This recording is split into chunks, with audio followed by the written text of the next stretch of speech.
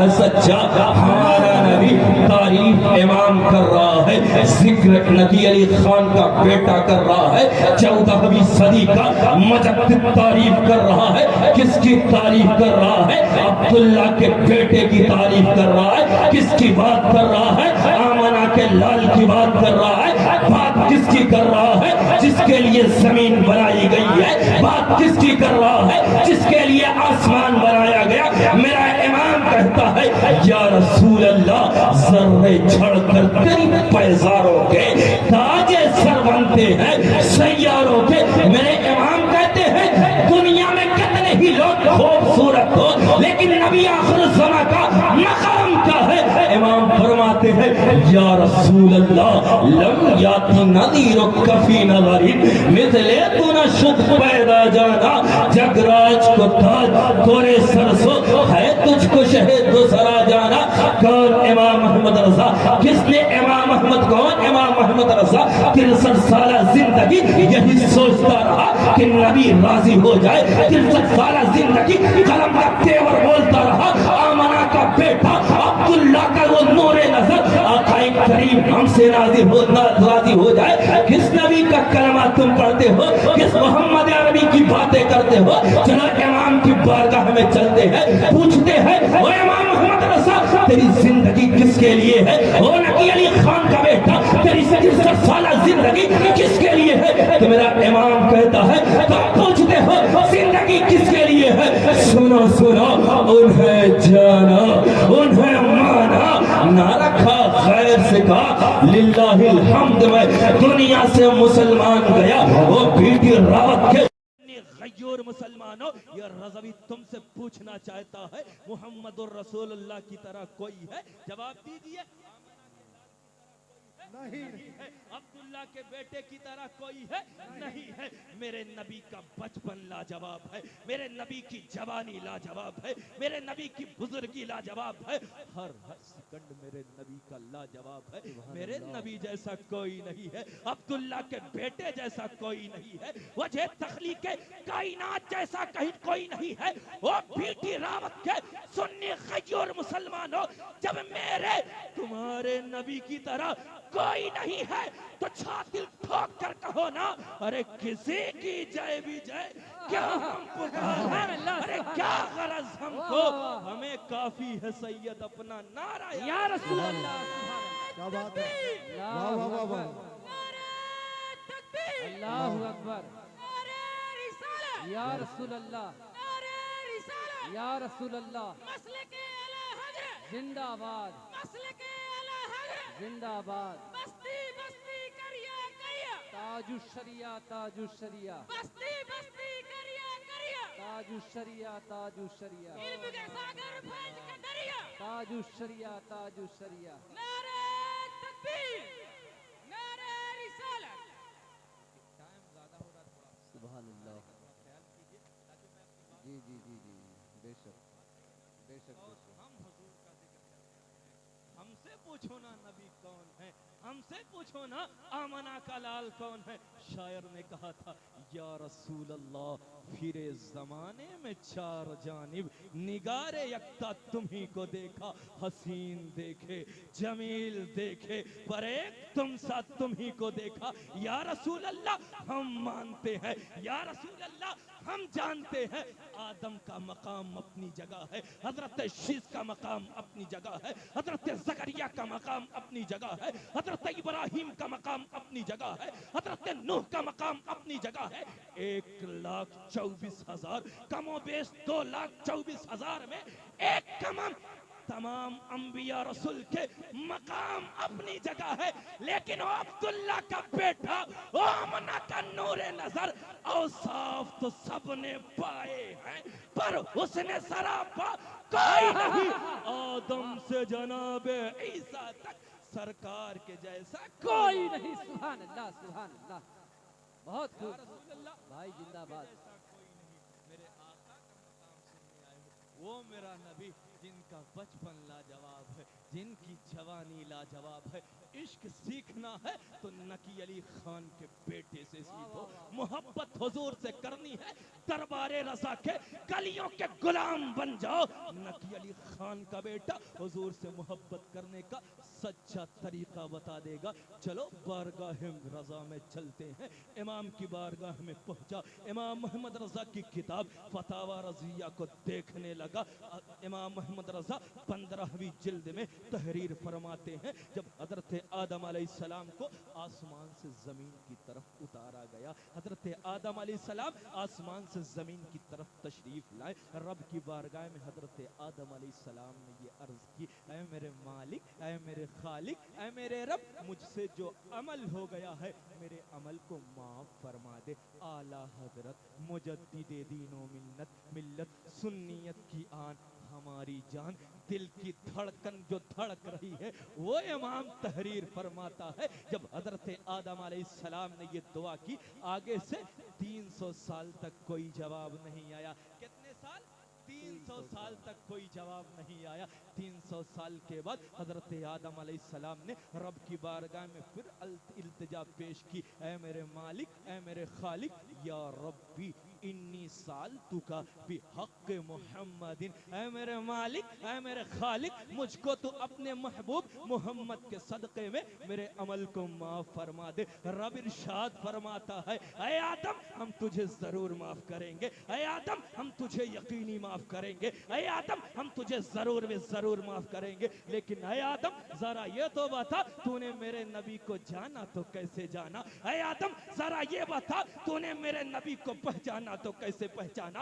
اے آدم ذرا یہ بتا تو نے میرے نبی کی شناخت کی تو کیسے کی؟ حضرت آدم علیہ السلام عرض کرتے ہیں، اے میرے مالک، اے میرے خالق، اے میرے رب، جب تو نے میرے جسم کو بنایا، میرے جسم میں روح ڈالی، میرے آنکھوں میں دیکھنے کا نور پیدا کیا، میں نے عرش اعظم کے ماتھے پر ایک کلمہ لکھا دیکھا جس کلمے میں لکھا ہوا تھا لا الہ الا اللہ محمد الرسول اللہ. اے میرے مالک، اے میرے خالق، میں وہ کلمہ پڑھ کے سمجھ گیا جس رب نے اپنے نام کے ساتھ جس کا نام لکھا ہے وہ کوئی عام بندہ نہیں ہو سکتا، وہ کوئی عام ذات نہیں ہو سکتی، وہ کوئی عام مخلوق نہیں ہو سکتی. رب ارشاد فرماتا ہے، یا آدم صدقت صدقت لولا محمد ما خلقتک. اے آدم تو نے سچ فرمایا، اے آدم تو نے حق فرمایا. بات حقیقت پر مبنی ہے. اگر مجھے اپنے محبوب محمد کو پیدا کرنا مقصود نہ ہوتا، زمین نہ بناتا، آسمان نہ بناتا، چاند و سورج کو نہ پیدا کرتا، خشک و تر بحروں پر شجر و حجر کو نہ پیدا کرتا. جب اس حدیث پر نقی علی خان کے بیٹے کی نظر پڑتی ہے تو نقی علی خان کا بیٹا میرا امام قلم کو اٹھاتا ہے، کہتا ہے، یا رسول اللہ، زمین و زمان تمہارے لیے، مکین و مکان تمہارے لیے، چنین و چنا تمہارے لیے، بنے دو جہاں تمہارے لیے. یا رسول اللہ، عاشقو سنو سنو، میرا امام کیا کہتا ہے، یا رسول اللہ ہم آئے یہاں تمہارے لیے، اٹھے بھی وہاں تمہارے لیے. یا رسول اللہ بات یہی تک نہیں، دہن میں زبان تمہارے لیے، بدن میں ہے جان تمہارے لیے. یا رسول اللہ بات یہیں پر محدود نہیں ہو گئی. دنیا تم سے پوچھے، وہ بیٹی راوت کے غیور مسلمانوں، دنیا تم سے پوچھے کس نبی کا کلمہ پڑھتے ہو، دنیا تم سے پوچھے کس محمد کے نام پر اپنی گردنیں کٹانے کا شوق پالتے ہو، دنیا اگر تم سے سوال کرے کس محمد عربی کے لیے اپنی آل اولاد قربان کرنے کے لیے تیار ہو جاتے ہو، کس محمد عربی کے لیے اپنی گردنیں کٹوانے کے لیے تیار ہو جاتے ہو، آخر وہ آمنہ کا لال ہے کون، آخر وہ عبداللہ کا بیٹا ہے کون، آخر وہ تمہارا نبی ہے کون؟ تو دنیا کی کلائی پکڑ کر کہنا، او دنیا والو، ہم اس محمد کے نام پر اپنی گردنیں کٹانے کا شوق پالتے ہیں جو عرب کی پتھریلی وادی سے اشارے سے چاند کو چیر دیا، چھپے ہوئے خور کو پھیر دیا، ارے گئے ہوئے دن کو عصر کیا، یا رسول اللہ یہ تاب و توا تمہارے۔ نعرہ تکبیر، نعرہ رسالت، سبحان اللہ سبحان اللہ۔ آج زمین حضور کی وجہ سے ہے کہ نہیں؟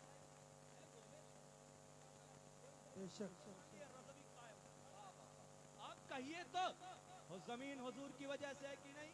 آسمان حضور کی وجہ سے ہے کہ نہیں؟ چاند و سورج حضور کی وجہ سے ہے کہ نہیں؟ جب سب کچھ حضور کی وجہ سے ہے تو زمانے حال سے کہو نا، یا رسول اللہ دنیا کچھ بھی کہے، دنیا کچھ بھی کہے، ہم دیوانے آپ کے نام پر اپنی گردنیں کٹاتے رہیں گے، اور وہ بھی وقت آ جائے گا جسم سے تن کو جدا کر دیا جائے، جو گردن کٹنے کے بعد خون کا فوارہ نکلے گا وہ بھی کہے گا اپنا سب کچھ گنبد خضرا، ارے کل بھی تھا اور آج بھی ہے۔ سبحان اللہ سبحان اللہ سبحان اللہ۔ زمین حضور کی وجہ سے ہے نا، بے شک۔ آسمان حضور کی وجہ سے، تو کہو امام کا کلام پڑھتے ہیں، کہیے گا تمہارے لیے ہاتھ اٹھا کر زمین و زمان، ہر غلام کا ہاتھ اٹھے، صدقہ نبی کا کھاتے ہیں یار، وہ اور لوگ ہیں جو صدقہ کھا کر حضرت نمک حرام ہو گئے، صدقہ کھا کر یہ کہہ بیٹھے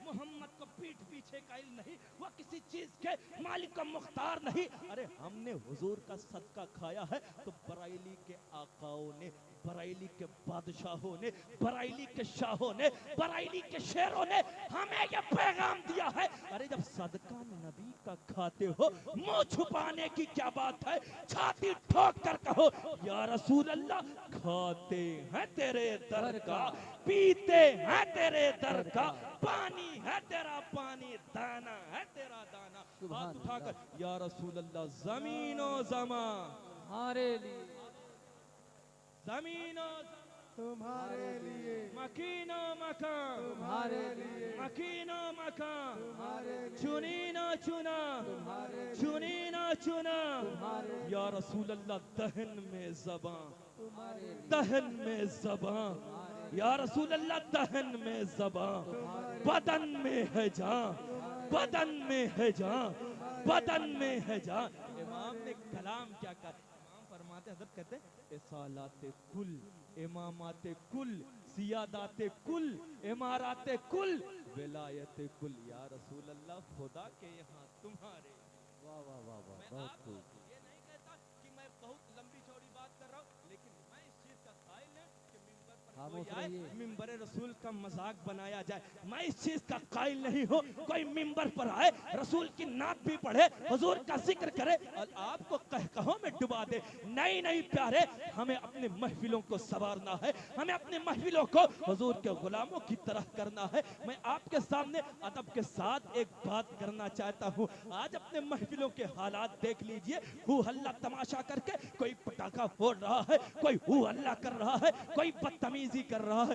نہیں نہیں پیارے، حضور کی محفل میں آئے ہیں، ہمیں حضور دیکھ رہے ہیں نا، ہم حضور کے غلام ہیں، ہم ان کا ذکر کرنے آئے ہیں، ہم حضور کی باتیں کرنے آئے ہیں، تو ہمارے ادب ہونا، ہمارے اندر ادب ہونا چاہیے، ہمارے اندر حضور کی محبت ہونی چاہیے۔ میں آپ کی توجہ چاہتا ہوں، آپ میری طرف دھیان دیجئے، حضور کا ادب کیسا ہونا چاہیے؟ یہ غلام، یہ ناقص اپنے علم کے مطابق بات کرنا چاہتا ہے، اپنی پرسنلی بات کرنا چاہتا ہے۔ آپ مدینہ جب جائیں، کوئی آپ کو اللہ تعالیٰ آپ کو یہ سعادت دے دے، یہ خوشخبری آپ کو مل جائے کہ آپ مدینہ جانے والے ہیں، آپ حضور کے روضے اقدس پر جانے والے ہیں، مدینہ منورہ کی گلیوں میں جانے والے ہیں، تو آپ ادب کا خیال رکھیں، حضور کے غلاموں کا خیال رکھیں۔ آپ دنیا میں رہ کر تو بے حیائی کر رہے ہیں، دنیا میں رہ کر بے شرمی کر رہے ہیں، لیکن آپ محفل میں بھی آ کر، وہ بھی حضور کی محفل میں آ کر بدتمیزی، ہائے میرے قوم کے نوجوان تمہیں کیا ہو گیا ہے؟ یہ رضوی آج ایک پیغام دینا چاہتا ہے، توجہ آپ میری طرف کیجئے۔ جب حضور کی بارگاہ میں جائے، کبھی اس غلام کی بھی حاضری ہوگی، یہ غلام اس انداز میں اپنے آقا کی بارگاہ میں پیش ہوگا۔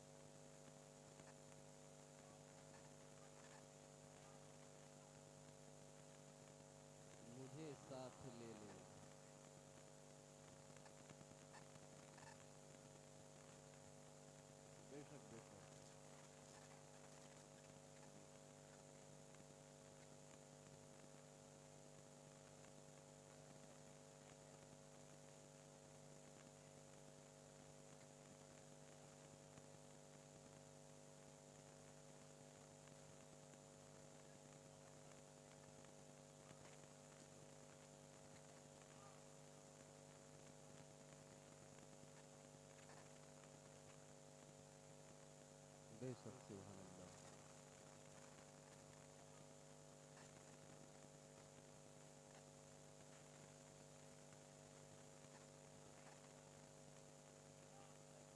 واہ